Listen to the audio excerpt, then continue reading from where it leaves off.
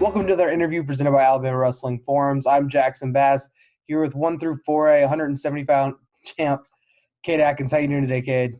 I'm doing good, man. How are you? I'm doing well. So let me start out by asking, what got you into wrestling? Uh, Dad. Just my brother, who's 6 years older than me, he was a junior. Last year, he was able to wrestle. He was a junior, and long story short, he went to a tournament in youth, and Henderson brothers saw him wrestle and win his first match, and they asked my dad, not knowing he was my brother's dad. He just won his first match, and we're like really excited when congratulated him. And so my dad saw that and just went, "Oh, I want my kids in this sport." And so he got me into wrestling about as early as I could walk. So did you start out at ATA when you originally started? No, I actually started with Huntsville Youth, as far as I'm aware, at least. Who was the Of coach course, over there? it's hard to remember. Who was the coach over there at that time? Uh, it went all over the place. So the first coach I remember ever having was, well, I guess technically my dad, but it was Coach Kemp. It was Fred Kemp. It was one of those things. And then a couple years down the road, when I hit like fourth, fifth grade, I'm not sure if y'all remember this name, but Steve Ketchum. If you remember, Darren's his kid, yeah. Then he was my coach for the next couple of years, and then. So how did Coach Kemp and Coach Ketchum kind of give you your foundation for starting wrestling? Coach Kemp, he's a very meat and potatoes kind of guy. He was very good as a wrestler. So he just taught me the basics of stance. Here's how you move. You make sure to circle, whatnot, whatnot. Here's how you take a shot. The very basics. And then Coach Ketchum actually is where I learned the crossface cradle, which has been something I've been very good at and successful with, to say the least. Definitely. So Coach Ketchum obviously had Darren in the room. Did you do a lot of training with Darren? Yeah, we were practice partners most of the time. And just, I remember like vividly going to the first practice of the season, and my dad telling me, "All right, you got a new coach and there's a new kid wrestling." And like, I didn't ask because I was however old you are in fourth, fifth grade. Mm-hmm. I didn't ask anything about him, I just went, "Oh, hey, a new wrestler." So my knee-jerk reaction was just, "Oh, he probably never wrestled before, yada, yada, yada, yada." So I went in, like, I didn't say anything about it. It was just kind of, "Ooh, new person, let's wrestle with him a little bit." And he whooped my tail for a while. That was fun. It's okay, man. I'm positive that a bunch of the people who view this wrestled Darren in tournaments. I remember Darren was just like I never wrestled him because I was always a big guy, but like he would just whoop the tail off of just about anybody he stepped across the mat from. Hold on. So you wrestle at Westminster Christian. How did having kids like I know Ethan Pippen was there your freshman year up until your freshman year, and then you had Kendall Farr. How did having those guys to look up to kind of benefit your wrestling? It definitely put a very not heavy load on me, I suppose. It was just something to chase, because Ethan was an All-American, like 3-time finalist, 1-time champion. And I actually, we wrestled a lot my freshman year. So just having Ethan Pippen in the room and having to wrestle him a lot my freshman year, it really put into perspective how much better I could become. If I put my nose to the grindstone and started working on it. Sadly, I didn't have the mindset then that I have now. But that happens. Not everyone can have the go as good as possible, go and work with as many people as possible. Not everyone can have that at all times.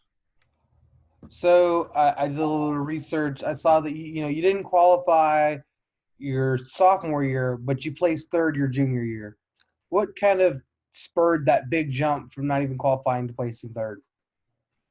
Honestly, mostly just the natural athletic growth that you get, as you get older. Because sophomore year, I was 15 when, wrestling season was going on. Because I'm a late May birthday, so I was 15 until whatever. And then it's just the 15 to 16 year in age difference. As small as it may seem, for me at least, it was a very big jump athletically, strength, speed, whatnot. And honestly, I feel like I had a couple more people to work with because Kendall actually came back and started coaching my junior year. So I had a bigger guy to work with a lot more because in years prior, I didn't really have anyone to work with, if that makes sense. And I didn't have that mentality to go to ATA and this, that, and the other to try and get better. So you mentioned, Westminster is a very small team. It's always been, when I grew up, it started out with like 4 guys on the roster, and it's grown since then. What are some of the major challenges you guys face as a tiny team? Well, for one, our main practice room is not an abandoned, but it was an elementary school. Like our mat isn't a full mat, and in one room, it's split into 2 different rooms, and then we have a third room. And so, just being a small school that hasn't had a whole lot of like big success until last year, with the 3 state champions and whatnot. But we have to be in that, elementary school classroom, but it's a bunch of high school students, so it's a very small room. And then on top of that, we don't have a whole lot of big people until from after Kendall's senior year, or after Ethan Pippen left, until this year, I was the biggest guy on the team. And I'm big, but I'm not big, and there was just a big difference because my junior year was the last year for Tyler Suggs, our senior captain that year. He was 145 pounds, or 138, I think. And him and my buddy from this year have been the biggest two. It was just hard to either not have someone to really work with, or to just be so much bigger than everyone else. So that was a problem for me for a while, but it worked out in the end.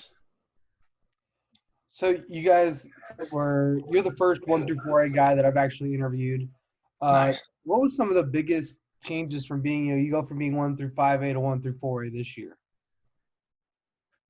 Honestly, I couldn't really tell you, to be honest, because we didn't really have tournaments. So it was just, we went out and dueled like 5A, 6A, 7A teams for the most part. And like every now and then we'd have a 1 through 4A. But like our competition stayed the same, more or less.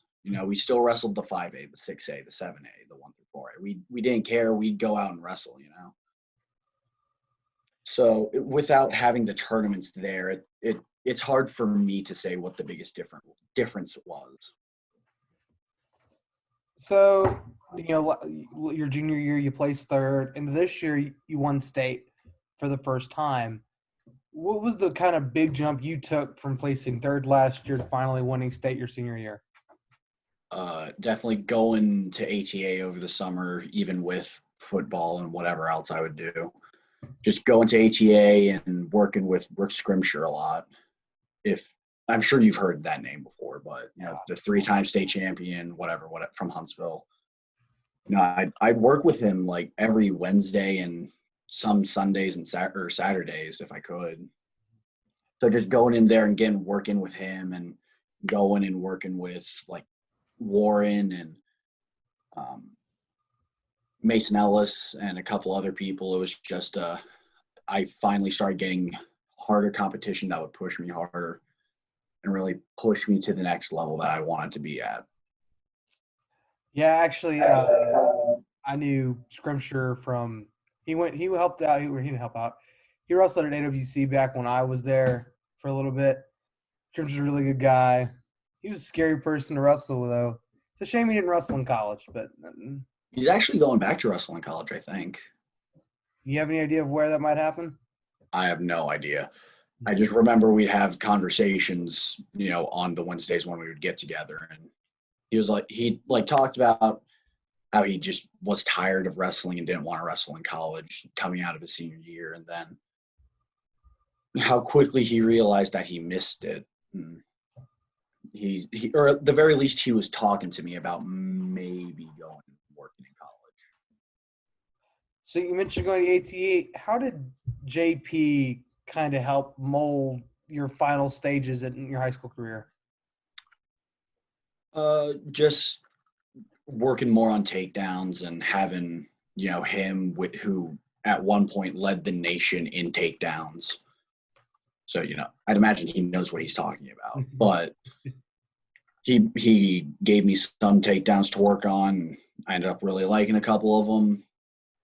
And then on top of that, having Warren and Mason Ellis and a couple other people there to help work with me when I could really, really got me at least on my feet to a better level than I could have been without them. So you won state this year, and you did it in such a dominant fashion. You pinned your way through the state tournament, which is a feat not many can accomplish. What are you thinking going into every match through that tournament? You want me to be honest? It was, if I can wrestle live with Brooks Scrimshire, who here is going to be able to touch me? Because, going into it, I knew I had the 1 seed. I didn't care about that. It was more, all right, I know the 2 seed from last year because we wrestled in the quarters. Yeah, quarterfinals. And he was beating me for a time. Just, I don't remember exactly why, if I did something wrong with my feet or if he just got taken down. But then I remembered pinning him in the second period. And I went, okay, this dude's a guy that I need to actually worry about. And then I saw him wrestling his first match, and he almost got pinned with a spladle. And I went, okay, yeah, I got this, And then after that point, it was just, I know I got this. They can't touch me, I like that mindset. I know I got this. They can't touch me. So were you nervous going into your state finals match this year? I mean, as nervous as you should be. It's your state finals. It's your senior year. You've seen this dude wrestle. You can beat him, but there's still that little bit in your mind, at least there was for me, that I could choke this. But I knew if I just went out and wrestled how I wrestle, he wouldn't really stand. He wouldn't pull out anything I didn't know he could do, So I got to ask, you're a senior. What are your plans for after high school? I'm actually going to the University of Alabama under a 4-year national ROTC scholarship. Wow. Right, right. But go into that, get a degree, have my college basically paid for as long as I maintain a 3.0, which I should, and then maybe go into the military for 8 years minimum, see if I like it. If I like it, probably stay in for 20, retire, and go and start coaching wrestling somewhere. What branch you doing? Army. My dad did ROTC at the University of Arizona back in the day, but I know how competitive getting the 3-year is. So the 4 years, even a step above that when it comes to getting that scholarship, man. So congratulations on that. Thank you, man. So my next question is kind of a general one. How did COVID affect your team this year? So I tested positive for COVID the day after football season ended. Or rather, I went, which was weigh-ins. So it was more, I went to weigh-ins, got tested, and then was positive that Monday after. So that put me out for 2 weeks, which was irritating. I missed some good practice, some time to, get my conditioning in at the beginning of the season. But that was tough, but I powered through that. Then there was two other scares, I suppose. Like our 106 Charlie Billings, yes, Charlie, that was his name, tested positive like halfway through, or like not halfway through, but part of the way into the season. So that took away Marcus Wright's practice partner for a little bit. And then Marcus Wright, like, quarantined for a little bit. Unclear to me if it was COVID or what, but I think his dad or someone may have tested positive, and they went, we're just not going to tell anyone about that, and just pulled them for a bit. That's probably for the best. So I've got a segment on my show called The Weigh-In, where I get people to weigh in on certain hot topics that are going on in Alabama. And I think I could get some really interesting perspective from you. So let me start off by asking, do you think wrestling in Alabama should be one division or multiple divisions? And if multiple divisions, how do you think it should be split up? Tough, very tough question. Because on the one hand, I get we want a true state champion, right? So no kind of, we want like so there's no contention between who's the best in the state at the weight class. I get that argument, but then there's also the other side of, if you want to grow wrestling in the smaller schools and the smaller places, you have to break it up a bit. And I want wrestling in Alabama to grow, so I lean more towards the different divisions being better for that. Right now, I'd say having 1 through 4, 5 and 6, and 7A is probably the best way to cut it. Because 1 through 5A, that basically made it the 5A state championship, and then 6A, and then 7A, But having it 1 through 4A, there's actual competition between the 1 through 4A schools, and then 5 and 6A, actual competition, and then 7A, actual competition. But that doesn't mean that there shouldn't be like a round robin style tournament for all the state champions after the first state championship, to find out who's the best. That's the real big brain move there, to see who's the actual best and also grow the wrestling in Alabama. Pretty interesting. So my next question is, and I know you wrestled at ATA this summer. So how do you think that club wrestling should be allowed in season? Like, if you wanted to go to ATA, do you think you should be allowed to in season? Yeah, because the only people that are going to go are the people that want to get better and are at the top of the game, more or less. It's not like sure, there'll be a little bit of a skill gap for those who don't go, or those who don't have the ability to go to club wrestling, but where there's a will, there's a way, Mm-hmm. So I definitely think it should be allowed to go to club wrestling, just because it'd make it would help propel Alabama to a higher level of wrestling, because it'd give people more opportunities to go and wrestle and get better with people around the state, Definitely. So is there anything you want to say to my viewers before I let you go?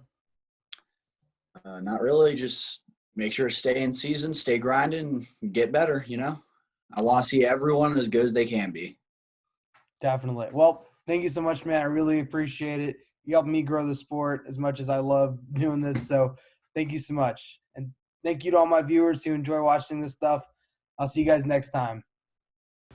Thank you so much, Cade, for that awesome interview. And thank you all you guys for all your support. Keep watching. We're going to keep producing even more and more different stuff. So keep your eye out on for that. Don't forget to like and subscribe, and stay cool, Alabama Wrestling.